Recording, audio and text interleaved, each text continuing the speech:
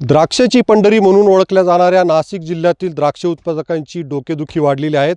त्याला कारण म्हणजे जे 5-6 महिन्यापासून आसमानी संकट कोसळलं आणि त्याच्यामध्ये अक्षरशः हातातोंडाशी आलेला जो द्राक्ष बाग आहे तर तो आता तोडण्याची वेळ द्राक्ष उत्पादकांवर या ठिकाणी आलेली आहेत। आपण पाहू शकतात का नाशिकच्या निफाड तालुक्यातील लासलगावजवळ जे असलेलं कोटमगाव आहे तर या ठिकाणी आपण द्राक्ष बागेमध्ये आलेलो आहोत।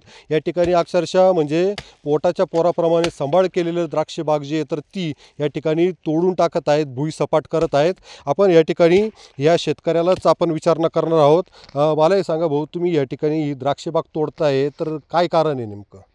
सध्याची परिस्थिती अशी आहे का 5 ते 6 वर्षापासून अवकाळी गारा झाल्या, हे झालं त्याच्यामुळं पीक पाणी तर काही नाही, लाखो रुपये खर्च झालेले आहे माझे। बँक ऑफ इंडियाकडून मी घेतलेलं 9 लाख रुपये कर्ज, ते आत्ताच्या कर्जाच्या डोंगरावानी म्हणजे 17 ते 18 लाखाच्या वर गेलेलं आहे।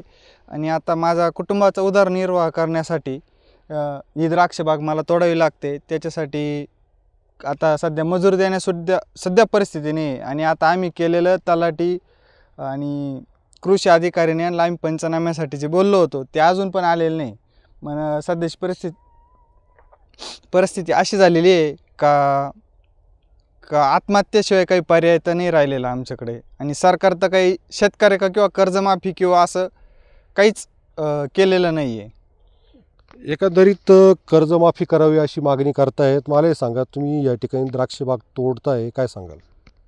आमचे बंधू संजय पंढरनाथ गांगुर्डे, राहणार कोटमगाव, आम्ही त्यांचे बंधू सलग 3 ते 4 वर्षापासून अवकाळी संकटामुळं द्राक्ष बाग ही सलग 3 वर्षापासून फळधारणा होत नाही। सततचे रोगराई आणि निसर्गाची अशी आपत्ती, बागात पाणी साचणे, गर्भधारणा न होणे, माल न येणे, या चाचाला याला कंटाळून रागात द्राक्ष बाग तोडताय ते करून। आणि त्यांना मजुरी देण्यासाठी खूप अडचणी आहे, तर त्यांनी आमचे सहकार्य घेतलं, थोडीफार मदत करा आम्हाला का द्राक्ष बाग तोडून काहीतरी छोटं मोठं पीक उभं करू आम्ही आणि त्याच्यावर आमचा उदरनिर्वाह चालेल बुवा, असं त्यांचं म्हणणं आहे। तर त्यांच्या मदतीसाठी मी इथं आलेलो आहे। एकंदरीत पाहता कुठंतरी या द्राक्ष बागेमध्ये भुईसपाट करून छोटं मोठं पीक घेऊन कुटुंबाचा उदरनिर्वाह करण्यासाठी भुईसपाट केली जात आहेत। मात्र शासनाने कर्जमाफी करावी अशी मागणी आता द्राक्ष उत्पादक शेतकरी करताना दिसत आहेत। उमेश पारिक, TV9 मराठी, लासलगाव, नाशिक।